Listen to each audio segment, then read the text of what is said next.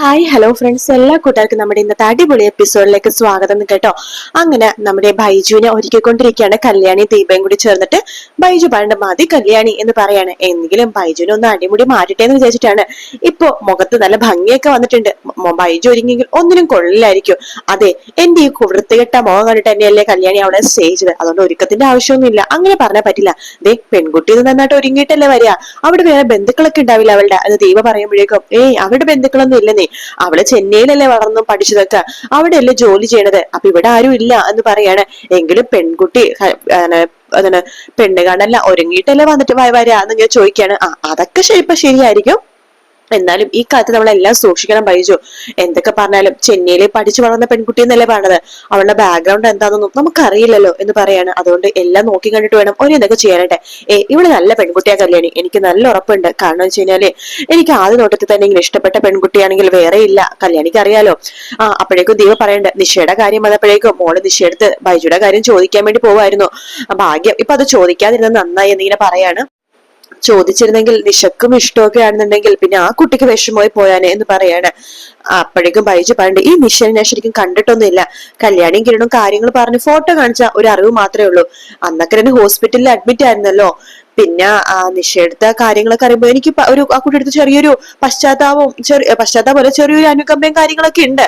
പക്ഷേ നമുക്ക് ഈ പ്രണയം ഇഷ്ടം ഭാര്യയാക്കാന്നൊക്കെ പറഞ്ഞാൽ അതിനൊരു ചെറിയൊരു ഇഷ്ടമൊക്കെ വേണ്ട കല്യാണി. ആ ഒരു ഇഷ്ടം എനിക്ക് ഈ പെൺകുട്ടിയെടുത്താണ് തോന്നിയതെന്ന് പറയുമ്പോ കല്യാണി പറയണ്ട് അതെന്തായാലും ബൈജുന്റെ ഇഷ്ടപ്രകാരം തന്നെ നടന്നാൽ മതി. മനസ്സിലിണങ്ങുന്ന പെൺകുട്ടി ഏതാണോ അതിനെയാണ് വിവാഹം കഴിക്കേണ്ടതെന്ന് കല്യാണി പറയാണ്. അപ്പൊ ദീപ് പറയണ്ട എന്തായാലും ഒരുക്കമൊക്കെ നന്നായിട്ടുണ്ട്, സൂപ്പർ ആയിട്ടുണ്ട് ബൈജുനെ കാണാനായിട്ട്. ശരിയാ എന്ന് ബൈജുവും പറയുന്നുണ്ട്. അങ്ങനെ പിന്നെ കിരണിനെ കാണിക്കുന്ന കിരൺ ഇങ്ങനെ ഉമ്മർത്തിരിക്കുന്ന സമയത്ത് അവിടേക്ക് പ്രകാശൻ കാറായിട്ട് വരുവാട്ടോ. പ്രകാശൻ വരുമ്പോ തന്നെ കിരൺ ഇങ്ങനെ ചിരിക്കുന്നുണ്ട്. എത്തിയല്ലോ. എന്താ ബൈജുടെ റെഡി ആയി കഴിഞ്ഞില്ലേ മോനെ? ഒന്നും പറയണ്ട, അമ്മയും മോളും കൂടി റെഡി ആയിക്കൊണ്ടിരിക്കുക എന്ന് പറയണ കല്യാണ ചക്കരല്ലേ എന്ന് പറയുമ്പോ പ്രകാശ് ഇങ്ങനെ ചിരിക്കുകയാണ്. അപ്പോഴേക്കും ബൈജു അതുപോലെ തന്നെ കല്യാണിയും അതുപോലെ തന്നെ ദീപ അങ്ങോട്ട് വരുന്നുണ്ട് കേട്ടോ. കല്യാണി ചോദിക്കുന്നുണ്ട് നമ്മുടെ കിരണിനോട് എങ്ങനെയുണ്ട് കിരണേട്ടാ ഇപ്പൊ ബൈജുനെ കണ്ടിട്ട്. കൊള്ളാം, നീ തന്നെത്താനും ഒരുങ്ങാത്തത് കൊണ്ട് നല്ല ഭംഗിയുണ്ട് നിന്നെ കാണിട്ട്. കുറച്ച് ലിപ്സ്റ്റിക്കും കൂടി ഇടാൻ പാടില്ലടാ എന്ന് കിരൺ ചോദിക്കുമ്പോ അയ്യോ ഇടണമായിരുന്നോ? വേണ്ട വേണ്ട, ഞാൻ ചുമ്മാ പറഞ്ഞതാണ് എന്ന് പറയാണ്. അല്ല, ഈ പ്രകാശേട്ടൻ വരുന്നുണ്ടോ എന്ന് ചോദിക്കുമ്പോ ഞാനും കൂടി വരാന്ന് വിചാരിച്ചിട്ടാണ് എന്ന് പറയാണ്. മോളെ കല്യാണി നീ വരുന്നില്ലേ? അയ്യോ വരണോന്നുണ്ടച്ചാ, ഇന്ന് പണി കുറച്ച് കൂടുതലാണ്, അല്ലാന്നുണ്ടെങ്കിൽ ഞാൻ വന്നാനായിരുന്നു എന്ന് പറയാണ്. എനിക്കും കാണണമെന്നുണ്ട് നമ്മുടെ ബൈജുയുടെ പെണ്ണിന്. സാരില്ല, വേറൊരു ദിവസം ആവട്ടെ എന്ന് കല്യാണി പറയാട്ടോ. അപ്പോഴേക്കും നമ്മുടെ പ്രകാശൻ ഇങ്ങനെ ചോദിക്കുന്നുണ്ട്. പ്രകാശൻ അപ്പോഴേക്കും ചോദിക്കേണ്ട ദീപേ നീ വരുന്നില്ലേ എന്ന് ചോദിക്കാണ്. വരണോന്നുണ്ടായിരുന്നു, നിങ്ങളുള്ളതുകൊണ്ടാ ഞാൻ വരാത്തത് എന്ന് പറയുമ്പോഴേക്കും ബൈജു പറയണ്ട് എന്താ ദീപേ ചെയ്ത് പുള്ളിക്കാരൻ നല്ലൊരു കാര്യത്തിന് വന്നതല്ലേ, പുള്ളിക്കാരന്റെ മനസ്സിനെ വേദനിപ്പിക്കണം എന്തിനാണ്? വേദനിപ്പിച്ചാലും കുഴപ്പമൊന്നുമില്ല, ദീപേച്ചിനെ ഇതേപോലെ ചില സമയത്ത് കുത്തി നോവിക്കാറുണ്ടല്ലോ എന്നിങ്ങനെ പറയാണ്. എന്നാൽ സമയം കണ്ട നമുക്ക് ഇറങ്ങിയാലോ ബൈജു എന്ന് പറയാണ് കിരൺ. ശരി എങ്കിൽ ശരി കല്യാണി, ശരി എന്നാ ശരി മോളെ എന്നൊക്കെ പറഞ്ഞിട്ട് നമ്മുടെ പ്രകാശൻ ഇറങ്ങുന്നുണ്ട്. അപ്പൊ കിരണാട്ടോ ആദ്യം കാല് വെച്ച് ഇങ്ങനെ ഇറങ്ങണത്. കാല് വെക്കുമ്പോ തന്നെ കിരൺ പെട്ടെന്ന് ഇങ്ങനെ വീടാണ്. അതായത് അവിടുത്തെ ചവിട്ടിയിൽ ചവിട്ടി കിരൺ ഇങ്ങനെ വീടാൻ പോകുമ്പോൾ പ്രകാശൻ ഇങ്ങനെ പിടിക്കുന്നുണ്ട്. കിരണിനെ വട്ടം ഇങ്ങനെ പിടിക്കാൻ. അയ്യോ മോനെ സൂക്ഷിച്ച് എന്ന് പറയുമ്പോൾ കിരണിന്റെ കാലുളുക്കാണ്. പ്രകാശം പണ്ട് അയ്യോ ചവിട്ടി തട്ടി വീണതാണല്ലോ, ചവിട്ടി തട്ടി മാറ്റിയിടാണ്. കല്യാണി അയ്യോ കിരണേട്ടാ വാ ഇരിക്കേ എന്ന് പറയാണ്. കുഴപ്പമൊന്നുമില്ല കല്യാണി, വാ നമുക്ക് പോകാം. വേണ്ട വേണ്ട, ഇനിയിപ്പോ ഇരുന്നിട്ട് പോയാൽ മതി. തുടങ്ങിയ അവളുടെ അന്ധവിശ്വാസം. കുഴപ്പമൊന്നുമില്ല കല്യാണി, മോള് പറയല്ലേ, ഒരു 5 മിനിറ്റ് ഇരുന്നിട്ട് പോയിക്കോ എന്ന് പറയാണ്. ശരി എന്ന് പറഞ്ഞിട്ട് നമ്മുടെ കിരൺ അവിടെ ഇരിക്കുകയാണ്. കല്യാണി ഒരു ഗ്ലാസ് വെള്ളമൊക്കെ കൊടുക്കുന്നുണ്ട്. അപ്പോഴേക്കും കല്യാണി ഇങ്ങനെ പറയുന്നുണ്ട് ഇത് എന്ത് സംഭവിച്ചു എന്തോ എന്ന് പറയുമ്പോഴേക്കും കുഴപ്പമൊന്നുമില്ല അമ്മേ, എനിക്ക് ചെറുതായിട്ടൊന്നും വീണല്ലേ ഉള്ളൂ, അതിന് പ്രശ്നമൊന്നും ഇല്ലെന്ന് പറയാണ്. പ്രകാശൻ പറഞ്ഞ ആപത്തൊന്നും സംഭവിക്കില്ല മോളെ, ഞാനല്ലേ കൂടെ ഉള്ളത് എന്ന് പ്രകാശൻ കല്യാണി അടുത്ത് പറയുമ്പോഴേക്കും ദീപ് പറയണ്ട അതെ നിങ്ങൾ കൂടെയുണ്ട്, അതാണ് എന്റെ പേടി എന്ന് പറയാണ്. വേണ്ടമ്മേ ഈ സമയത്ത് അങ്ങനൊന്നും പറയണ്ട എന്ന് കിരണും പറയാണ്. എങ്കിൽ ഞങ്ങൾക്ക് പോയാലോ എന്ന് പറഞ്ഞിട്ട് കിരൺ അവിടെ നിന്ന് എഴുന്നേക്കുന്നുണ്ട്. ശരി കല്യാണി ശരി എന്നൊക്കെ പറയണം. അപ്പൊ കല്യാണി ചോദിക്കണ്ട് കിരണേട്ടാ ഞാനും കൂടി വന്നോട്ടെ? വേണ്ട കല്യാണി കുഴപ്പമൊന്നുമില്ല, ഞാൻ പോയിട്ട് വരാം എന്ന് പറഞ്ഞിട്ട് കിരണും പ്രകാശനും ബൈജും കൂടി അവിടെ നിന്ന് ഇറങ്ങിയിട്ട് അങ്ങോട്ടേക്ക് പോകുവാട്ടോ. കാർ എടുത്തിട്ട് ടാറ്റയൊക്കെ കൊടുത്തിട്ട് അവരുടെ നിന്ന് ഇറങ്ങുമ്പോഴേക്കും കല്യാണി നമ്മുടെ ദീപെടുത്ത് പറഞ്ഞ അമ്മേ ഞാനിന്ന് പൂജാ റൂമിൽ ഇരിക്കട്ടെ, എനിക്കിനി കുറച്ചു നേരം പ്രാർത്ഥിക്കണം, ഒരു സമാധാനമില്ല. ഇന്നലെ സത്യം പറഞ്ഞാൽ ഉറങ്ങിയിട്ടേ ഇല്ല, ആകെ മനസ്സിലൊരു വിഷമമായിരുന്നു, എന്തൊക്കെയോ പോലെ.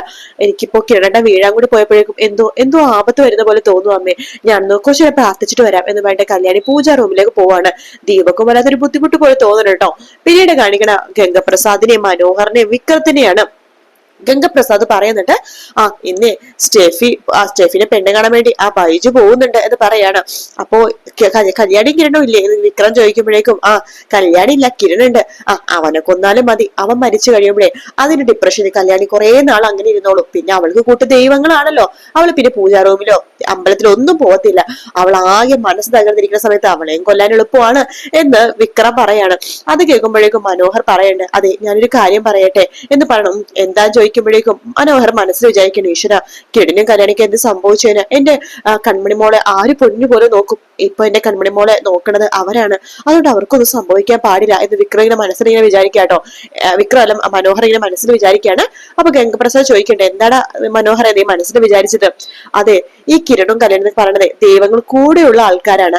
അവരെ എപ്പോ നമ്മൾ ഉപദ്രവിക്കാൻ ശ്രമിച്ചാൽ തിരിച്ച് നമുക്ക് തന്നെയാ പാര വരുന്നത്. അവരിനി ഉപദ്രവിക്കണോ?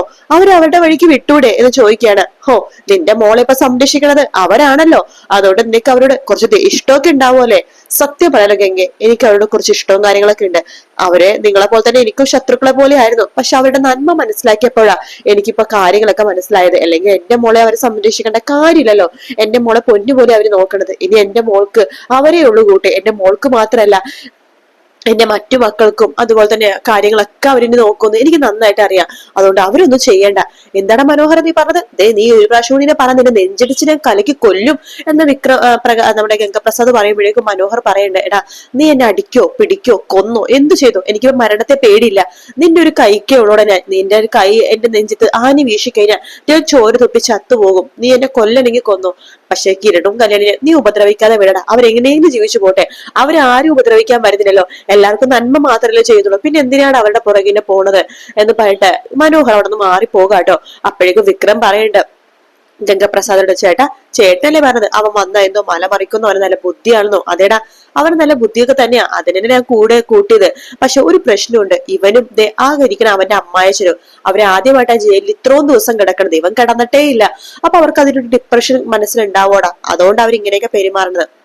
അവന് നല്ല ബുദ്ധിയാ, അവൻ വിചാരിച്ച കാര്യങ്ങളൊക്കെ നടക്കും. പക്ഷെ അപ്പോഴേക്കും വിക്രം പറയണ്ട, ചേട്ടാ പക്ഷെ അവൻ ആ ബുദ്ധി ഉപയോഗിച്ച് നമ്മളില്ലാതാക്കാൻ നോക്കിയാലോ എന്ന് പറയുമ്പോ അങ്ങനെ ചെയ്ത് കഴിഞ്ഞാൽ അവന്റെ നെഞ്ചിടിച്ച് അവനെ ചോര തുപ്പി ഛർദിപ്പിക്കോടെ എന്ന് പറയാട്ടോ ഗംഗപ്രസാദ്. അതിന് ശേഷമാണെങ്കിൽ പ്രകാശനും കിരണും അതുപോലെ തന്നെ നമ്മുടെ ബൈജു കൂടി സ്റ്റെഫിയുടെ വീട്ടിലേക്ക് വരുവാട്ടോ. ആ വീടിന്റെ മുമ്പിൽ എത്തുമ്പോ തന്നെ കിരൺ പറയുന്നുണ്ട്, ഇത് കുറുപ്പ് സാറിന്റെ വീടല്ലേ എന്ന് പറയാണ്. ഏത് കുറുപ്പാ എന്ന് പ്രകാശൻ ചോദിക്കുമ്പോ, അല്ല ഈ വീടിന്റെ കൺസ്ട്രക്ഷൻ വർക്ക് ചെയ്തത് ഞാനും കല്യാണിയാണ്. കുറുപ്പ് സാറിന് ഒരുപാട് വീടുകളുണ്ട് ഈ പ്രദേശത്ത്, വില്ലകളും ഉണ്ട്. ഭയങ്കര പണക്കാരനാ, ഗൾഫുകാരനാ. പക്ഷെ പുള്ളിക്കാരൻ 3 മാസത്തിൽ കൂടുതൽ ഒരാൾക്ക് നിൽക്കാൻ സമ്മതിക്കാറില്ല. ബൈജു നീ പറഞ്ഞത് ആ പെൺകുട്ടിയുടെ കുറെ നാളിട്ട് നിൽക്കുന്നല്ലേ? അതെ, കുറുപ്പ് സാർ അങ്ങനത്തെ ഒരു പ്രത്യേക ടൈപ്പാ. 3-4 മാസം ഒരാളെ നിർത്തത്തുള്ളൂ. അത് കഴിഞ്ഞാൽ പറഞ്ഞേക്കും. മൂപ്പർക്ക് ഇതുപോലെ കുറെ വീടുകളുണ്ട്. അവിടെ നിന്ന് കിട്ടുന്ന മാസ വരുമാനം മാത്രം മതി പുള്ളിക്കാരനെ ജീവിക്കാൻ. എന്നാലും ഗൾഫിൽ പോയി ഇങ്ങനെ കഷ്ടപ്പെടുക എന്നൊക്കെ പറയാണ്. ഇത് കുറുപ്പ് സാറിന്റെ വീട് തന്നെയാ, എനിക്ക് ഉറപ്പാ എന്ന് കിരൺ പറയാണ്.